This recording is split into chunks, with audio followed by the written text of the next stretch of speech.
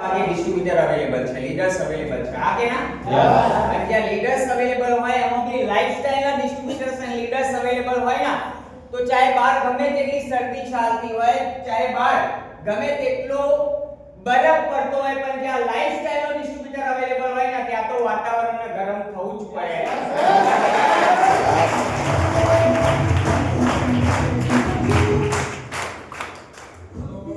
સૌથી પહેલા અહીંયા ઉપસ્થિત તમામ ડિસ્ટ્રીબ્યુટર લીડર્સ એન્ડ નવા મહેમાન અમારા લીડર્સ વતીથી, ટીમ યુનાઇટેડ વતીથી, માય લાઇફસ્ટાઈલ કંપની વતીથી હું નટવર ઠાકોર ફ્રોમ ગાંધીનગર આપ સર્વેનું તહે દિલથી હાર્દિક સ્વાગત કરું છું. શું જાણી શકું ફર્સ્ટ ટાઈમ અહીંયા કેટલા મહેમાન ઉપસ્થિત છે? Please hand. ફર્સ્ટ ટાઈમ, પહેલી વાર. યસ, એકવાર જોરદાર દિલથી તાળી આપો.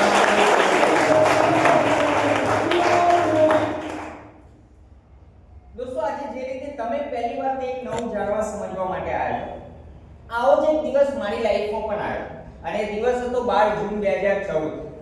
મતલબ કે આજથી 11 વર્ષ પહેલા એક સામાન્ય મોબાઈલ રિપેરિંગ કરવાનું કામ કરતો હતો અને એવા સમયે મારા દુકાનના એક કસ્ટમરે મને પણ ઇન્વાઇટ કર્યો હતો ગાંધીનગર ખાતે આંબેડકર ભવનની અંદર. અને ત્યાં બેસાડ્યા પછી આજે શાંતિલાલ સરે તમને જેટલા બી મુદ્દા છે, જેટલું બી પીપીટી છે, જેટલી બી વાતચીત કરી, એ મુદ્દા, એ પીપીટી, એ વાતચીત એ દિવસ મને પણ કરવામાં આવી હતી 11 વર્ષ પહેલા. હું નહીં જાણતો કે આજે ફર્સ્ટ ટાઈમ પહેલી વાર જે મહેમાન અહીંયા ઉપસ્થિત છે એ શું સમજ્યા છે પ્રેઝન્ટેશન, એમનો શું આઈડિયાઝ આવ્યો.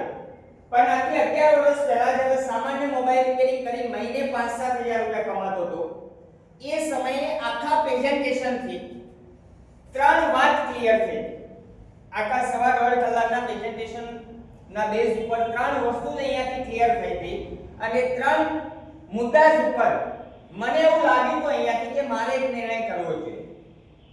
અને આજે તમે અહીંયા બેઠા છો ફર્સ્ટ ટાઈમ, તો શાયદ તમને બી આખા પ્રેઝન્ટેશન પછી ક્યાંક ને ક્યાંક એવું ફીલ થશે કે જે બહારની લાઈફમાં જે કામ કરે છે એ કામ કરતા કરતા અગર જો લાઈફમાં ગ્રોથ નથી અને જો ઈચ્છો છો કે ખરેખર લાઈફને સક્સેસફુલી બનાવી છે તો ક્યાંક મારા જેવો વિચાર તમને પણ આવી શકે છે, પણ આવશે જેની કોઈ ગેરંટી વોરંટી નહીં.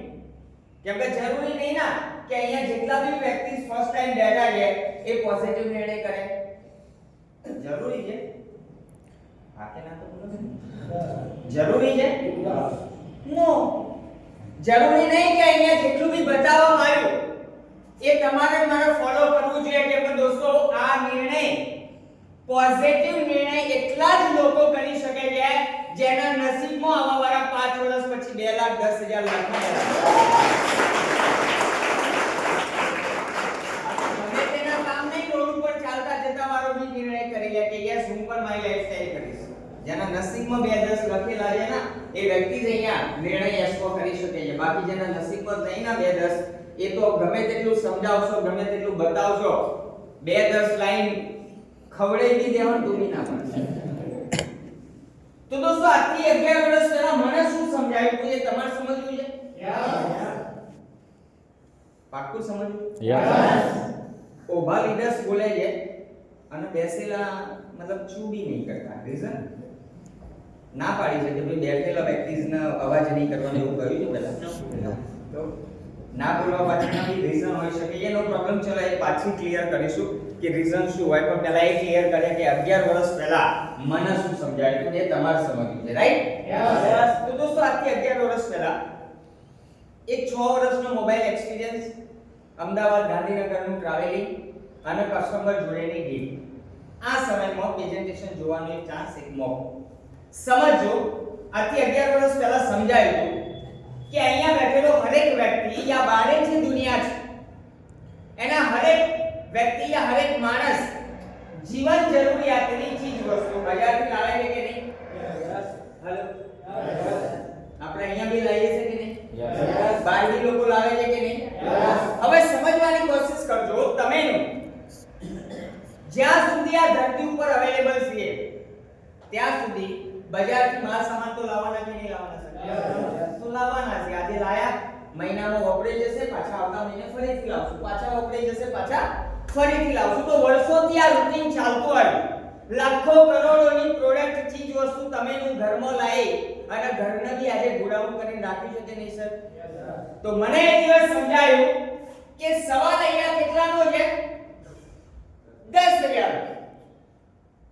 સવાલ 10,000 નો છે કે એક વખત 10,000 ની જો પ્રોડક્ટ ખરીદવામાં આવે તો લાઈફમાં બહુ મોટો ચેન્જીસ આવી શકે, બહુ મોટા બદલાવ આવી શકે છે અને જોડે જોડે સપના સાકાર કરવાની એક ઓપોર્ચ્યુનિટીઝ બી મળી શકે છે જે બારે મળતી નથી. હવે જ્યાં ઓપોર્ચ્યુનિટીઝ ની વાત આવે ને, જ્યાં તકની વાત આવે, જ્યાં રસ્તાની વાત આવે, એક એક્સ્ટ્રા એડિશનલ આવકની વાત આવે, ત્યારે મારું માઇન્ડ એવું સમજાવે છે કે ત્યાં એ બાબત ઉપર વિચારવું જોઈએ અને એ રસ્તા ઉપર ચાલવું જોઈએ.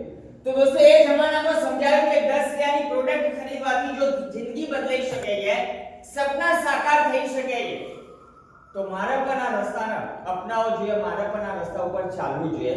તો સવાલ અહીંયા 10,000 નો હતો, જે 10,000 નો માલ હું યા તો કટલાલ માર્કેટથી પરચેઝ કરું છું યા તો આજુબાજુના કોઈ બજારમાંથી જે પ્રોડક્ટ માલ ખરીદી કરું છું, એ જ પૈસા મારે અહીંયા આપવાના. કોઈ એક્સ્ટ્રા વસ્તુ નહીં ખરીદવાની. જે વસ્તુ તમેનું જીવન જરૂરિયાત બજારથી લાવતા આવ્યા છે, જે માર્કેટથી દરરોજ યુઝફુલ જે પ્રોડક્ટ છે, એ પ્રોડક્ટ તમેનું જે લેતા આવ્યા છે, એ જ પ્રોડક્ટ મારે તમારા માય લાઈફસ્ટાઈલથી લેવાની છે. તો કોઈ એક્સ્ટ્રા એફર્ટ કે એક્સ્ટ્રા ચીજ વસ્તુ ખરીદવાની વાત નહીં ચાલતી. અહીંયા જે રેગ્યુલર વસ્તુ વાપરીએ છે એ જ વાપરવાની છે. પણ અગર હું બજારમાંથી વસ્તુ ના ખરીદતા માય લાઈફસ્ટાઈલમાંથી ખરીદું છું તો સમજવાની કોશિશ કરજો બંને જગ્યાએથી ખરીદવાના બેનિફિટ અને નુકસાન શું છે. તો બજારમાં અગર તમેનું 10,000 રૂપિયા, સર તમે ફર્સ્ટ ટાઈમ છો, પહેલી વાર આવ્યા છો, શું નામ છે સર આપનું? ભરતભાઈ. સમજો ભરતભાઈ અહીંયા અવેલેબલ છે તો આજે ફર્સ્ટ ટાઈમ કોઈ નિયર ડિયર સગાવાલા આડોશી પાડોશી જોડે આયા છે. ભરતભાઈ સાહેબ એવી ઘણી બધી પ્રોડક્ટ છે માર્કેટમાં જેના તમેનું દર મહિને પરચેઝ કરીએ છે, રાઈટ? એ ત્યાં તમેનું પૈસા આપીએ છે, સામે પ્રોડક્ટ મળી જાય છે કે નહીં? એક એક્ઝામ્પલ છે ભરતભાઈ સાહેબ. ભરતભાઈ સાહેબ બજારમાં પૈસા આપે છે 5, 10, 20, 25,000 રૂપિયા અને સામે માલ મળી જાય છે. તો ભરતભાઈ એ માલ સામાન્ય પ્રોડક્ટ વાપરીને ખુશ થાય છે કે નહીં સર? હા કે ના? અને એવી હરેક વ્યક્તિ અહીંયા બેઠેલા હરેક ફેમિલી મેમ્બર્સ એ પૈસા આપે છે અને બજારથી વસ્તુ લાવે છે, લાવીને વાપરે છે અને એન્જોય કરે છે. તો અહીંયા સમજવાની જરૂર એ છે કે બજારમાં તમેનું 10,000 આપીશું, સામે માલ સામાન મળશે. એની સામે માય લાઈફસ્ટાઈલમાં 10,000 રૂપિયા આપીશું, અહીંયા બી માલ સામાન મળશે. પણ દોસ્તો બજારની જે વાત કરવામાં આવે છે કે પૈસા આપો, માલ સામાન ખરીદો, પૈસા આપ્યા પછી માલ સામાન ખરીદી ખાલી એન્જોયમેન્ટ કરો, જ્યારે એની સામે માય લાઈફસ્ટાઈલમાં પૈસા આપો, માલ સામાન ખરીદો, એન્જોય કરો, પણ એની સાથે એક ઓપોર્ચ્યુનિટીઝ મળે છે. જે ઓપોર્ચ્યુનિટી છે, અહીંયા બેઠેલો કોઈ પણ વ્યક્તિ અગર પોઝિટિવ નિર્ણય કરે છે, 10, 20, 30,000 રૂપિયાનો માલ ખરીદે છે, તો મિનિમમ અહીંયા બેઠેલો હરેક વ્યક્તિ મિનિમમ અઠવાડિયે 900 રૂપિયાથી લઈ એની કેપેસિટી પ્રમાણે, એની ચાહત પ્રમાણે, એના સપના પ્રમાણે 2,10,000 અઠવાડિયે કમાઈ શકે.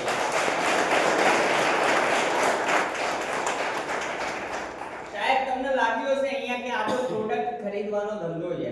મને એ દિવસ લાગ્યું હતું કે આ પ્રોડક્ટ ખરીદવાનો ધંધો નહીં, આ સપના સાકાર કરવાનો ધંધો. યસ. આવી બાર ઓપોર્ચ્યુનિટીઝ મારી લાઈફમાં મેં ક્યારેય બી નહોતી જોઈ 11 વર્ષ પહેલા.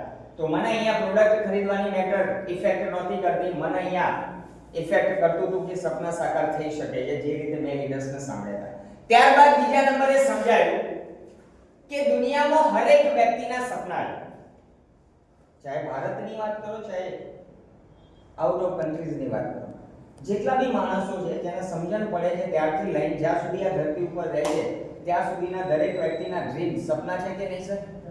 હલો, દરેક વ્યક્તિના સપના છે. સપનાનો પ્રકાર અલગ હોઈ શકે છે, સપનાની વ્યાખ્યા અલગ હોઈ શકે છે, પણ સપના દરેક વ્યક્તિ જોવે છે. સપના ચાહે 20 વર્ષનો કોઈ યંગ છોકરો